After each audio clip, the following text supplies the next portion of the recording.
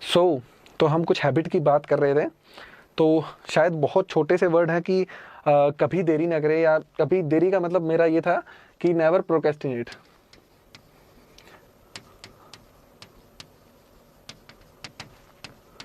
Procrastinate का मतलब है टालना।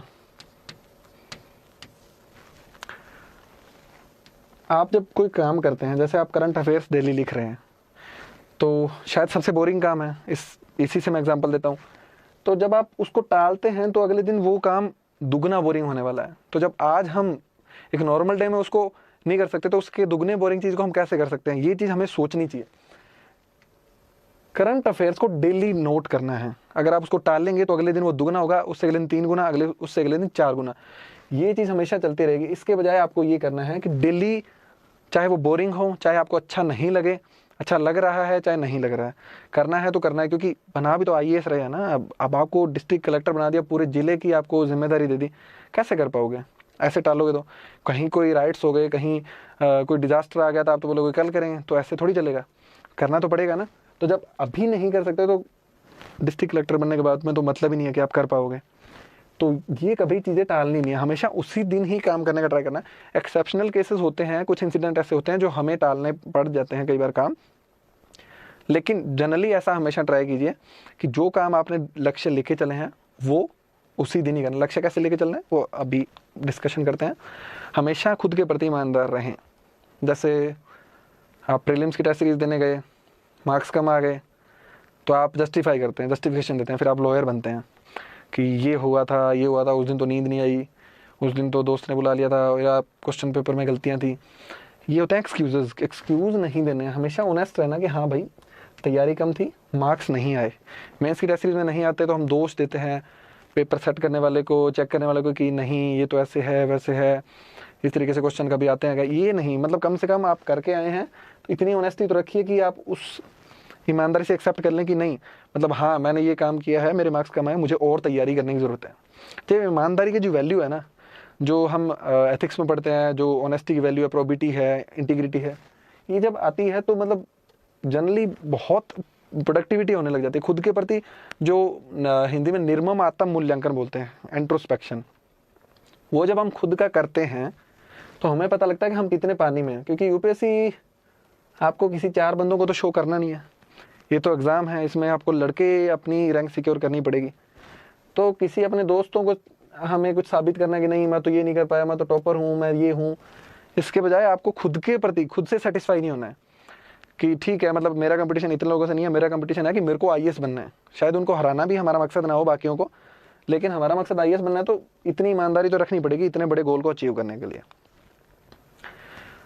इसका ये बोलते हैं कि आप पढ़ना तब बंद करें जब आपने अपना टारगेट डेली पूरा कर लिया, ना कि तब जब आप थक गए हो। देखो थकान हर किसी को होती है, थोड़ी बहुत थकान चल जाती है, हम कर सकते हैं काम, इतनी हमारे बॉडी की कैपेसिटी होती है। कई बार जब हम नहीं करना चाहते हैं तो अपने आप बॉडी टायर्ड हो जाती है। कई बार हम जब करना चाहते हैं, पूरे डेडिकेटेड होते हैं, तो 12-13 घंटे तक भी हमें पता नहीं चलता कि हम आज थके हुए हैं या नहीं है। तो वही बात है, जब आप देरी करने का, इस तरीके के हैबिट्स मन में लाते हैं जो सही नहीं है, तो आप टाइम से पहले ही थक जाते हैं। लेकिन एक चीज़ हमेशा ध्यान रखें कि छोटे लक्ष्य लें और उन्हें पूरा करने का ट्राई करें। जब बहुत हार्ड लक्ष्य लेंगे तो फिर डिमोटिवेशन लेवल हो सकता है, आप टारगेट पूरा नहीं कर पाएँ। तो इसी तरीके से जो आपने लक्ष्य लिया है उसको पूरा करें। ये आदत जब मन में डाल लेंगे कि आपको टारगेट पूरा करके ही उठना है, तो आप थकेंगे भी नहीं। ये चीज़ हमेशा ध्यान रखें। नेक्स्ट वन है, जितना हो सके उतना लिखो। राइटिंग है ना, वो कभी कम नहीं होती यूपीएससी में। जितना आप राइटिंग करोगे उतनी कम है। बेसिकली यूपीएससी राइटिंग का एग्ज़ाम है, आप जितना लिखोगे उतना ही अच्छा है। मेंस में अगर आपके हाईएस्ट मार्क्स हैं तो इंटरव्यू चाहे कितना ही बुरा हो जाए आपको आईएएस ही मिलेगा। मतलब सिलेक्शन में तो 100% श्योर है, 99% श्योर है कि आप आईएएस ही बन जाएंगे। तो मेंस में आपके हाईएस्ट होते हैं। तो बहुत सारे एग्जाम्पल हैं जिनके मेंस में हाईएस्ट मार्क्स थे, इंटरव्यू में बहुत बुरे मार्क्स आए हैं, फिर भी आईएएस बने हो। तो जितनी राइटिंग प्रैक्टिस कर सको, जितना इनोवेशन राइटिंग में ला सको, उतना हमें लाना चाहिए। उस चीज़ में बिल्कुल हेजिटेशन नहीं करनी चाहिए कि राइटिंग नहीं कर रहे, ये हो जाएगा वो हो जाएगा। कुछ नहीं होगा, कोई हाथ नहीं टूटता किसी का। हमेशा लिखते रहो, लिखने से ही आईएएस बनते हैं। ये बोलते हैं कि हम लोग प्लानिंग तो इतनी स्ट्रिक्टली करते हैं, अपना टाइम टेबल बनाएंगे तो मतलब 1 मिनट का भी टाइम नहीं देंगे किसी और चीज़ को। मतलब सुबह 5 बजे उठना है, 4:30 बजे उठना है, ये पढ़ लेना है, इतने टाइम इकोनॉमी, इतने टाइम पॉलिटी, फिर 2 मिनट का ब्रेक लूँगा, उसमें चाय जल्दी से पीऊँगा, ये कर लेना है, वो कर लेना है। मतलब कुछ लोग ऐसे होते हैं कि इतना हैवी टाइम टेबल बना लेंगे, उसको देख के इतने खुश हो जाएंगे कि उनको लगेगा कि मतलब अरे वाह इतना अच्छा टाइम टेबल बना लिया, अब तो मतलब 3 घंटे में 3 महीने में मेरा सिलेबस पूरा हो जाएगा, उसके बाद में क्या पढ़ूंगा। इस तरीके का टाइम टेबल भी नहीं बनाना है, थोड़ा सा प्रैक्टिकल कि हाँ मेरे को 10 से 1 घंटे डेली पढ़ना है, 8 से 12 घंटे या 8 से 10 घंटे, और इस वीक में मेरे को ये सब्जेक्ट कर लेने हैं। ठीक है, सोच लिया आपने, उसके बाद में इसको इम्प्लीमेंट करना है हार्डली। ऐसा नहीं है प्लानिंग बहुत स्ट्रिक्टली करनी है, इम्प्लीमेंटेशन में आप बिल्कुल लूज हो जाओ। प्लानिंग आप लूजली कर सकते हो, हाँ ये करना है, पर इम्प्लीमेंट करते समय इतना ऑनेस्ट होना है कि मतलब पूरा होना चाहिए, आपको ये लगना चाहिए हाँ मैंने पूरा किया। क्योंकि कोई आपका टारगेट पूरा होने की जो खुशी है ना, वो सबसे बड़ी खुशी होती है, उसके बराबर कोई खुशी नहीं है। तो इसी से जुड़ा अगला है कि कभी कठिन लक्ष्य निर्धारित ना करें। कठिन से मतलब मेरा है बहुत कठिन, कि आज दिन में तो लक्ष्मीकांत पूरी करके ही उठूंगा, ऐसे नहीं होता। मतलब थोड़ा छोटा टारगेट लें, आज दिन में इतना, अपनी कैपेसिटी के हिसाब से। हर किसी का IQ लेवल अलग होता है, हर किसी का चीज़ें पिक करने का जो कैपेसिटी है वो अलग होती है। तो इतने लक्ष्य निर्धारित करें जो आप पूरे कर सकते हैं, मतलब फिक्स टाइम। ऐसे नहीं है कि बहुत जल्दी 6 घंटे में करके आप 4 घंटे घूम रहे हैं। 10 घंटे का है तो मतलब 10 घंटे के आसपास कंप्लीट होने चाहिए, 9:30 से लेकर 10:30 के बीच में। ये इसलिए क्योंकि UPSC है ना, वो आपको अप रखने का एग्जाम है। आप जब हमेशा थोड़ा खुश रहेंगे तो UPSC निकलने के चांसेस बढ़ेंगे। जब बहुत हैवी या हार्ड टारगेट लेंगे तो डीमोटिवेशन होगा जब पूरे नहीं होंगे, और अगले दिन वो और ज़्यादा बढ़ जाएंगे। तो थोड़ा सा अगर आप कंप्लीट कर लोगे तो डेली डेली पूरे होते रहेंगे, तो आप में एक उम्मीद जगेगी कि हाँ अब मैं कर सकता हूँ, अब मेरे टारगेट पूरे हो रहे हैं। इसीलिए ज़्यादा हार्ड लक्ष्य निर्धारित नहीं करने हैं। टेस्ट सीरीज से कभी नहीं चूकना है, प्रीलिम्स या मेंस। इसके बारे में मैं ये कहना चाहूँगा कि टेस्ट सीरीज वो है जो आपको अपने एग्जाम के बहुत पास ले जाएगी।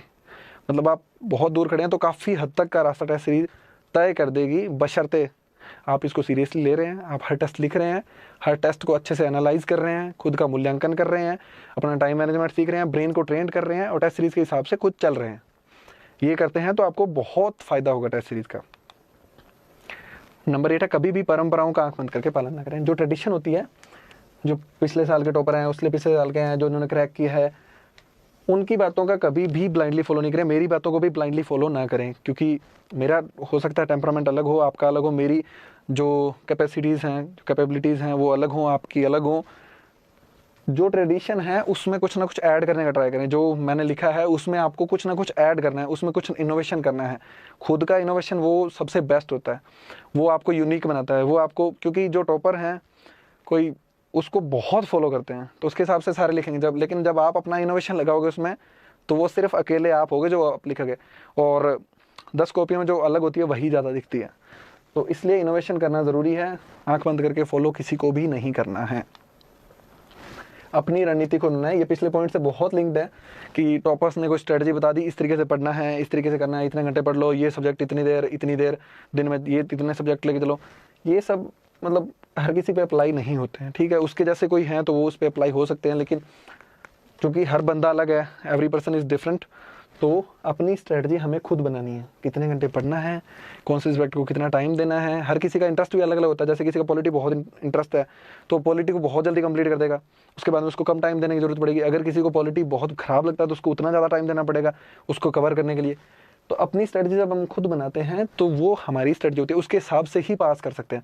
ऐसा नहीं है कि किसी टॉपर को देख लिया, उसकी स्ट्रेटजी देखी और उसके हिसाब से अपन खुद को ढाल रहे हैं। लेकिन खुद को चेंज भी तो नहीं करना है। UPSC है वो तुम खुद रह के निकाल सकते हो, ना कि दूसरे के शू में खुद को मतलब डाल के। तो ये चीज़ ध्यान रखने वाली है कि अपनी स्ट्रेटजी खुद बनानी है। और लास्ट में है, थोड़ा सा आइडियलिस्टिक है, खुद पर यकीन रखना है। लेकिन ये भी ज़रूरी है कि कोई आके थर्ड पर्सन आपको बोले कि नहीं यार तू तो इसमें कम हो गया, तेरे तो क्या होगा यार, इसमें तो पेपर कम आ गए।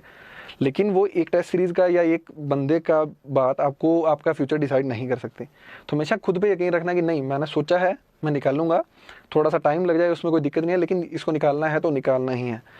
सेल्फ जो खुद पे यकीन करने की जो बात है ना, वो सबसे इम्पोर्टेंट है।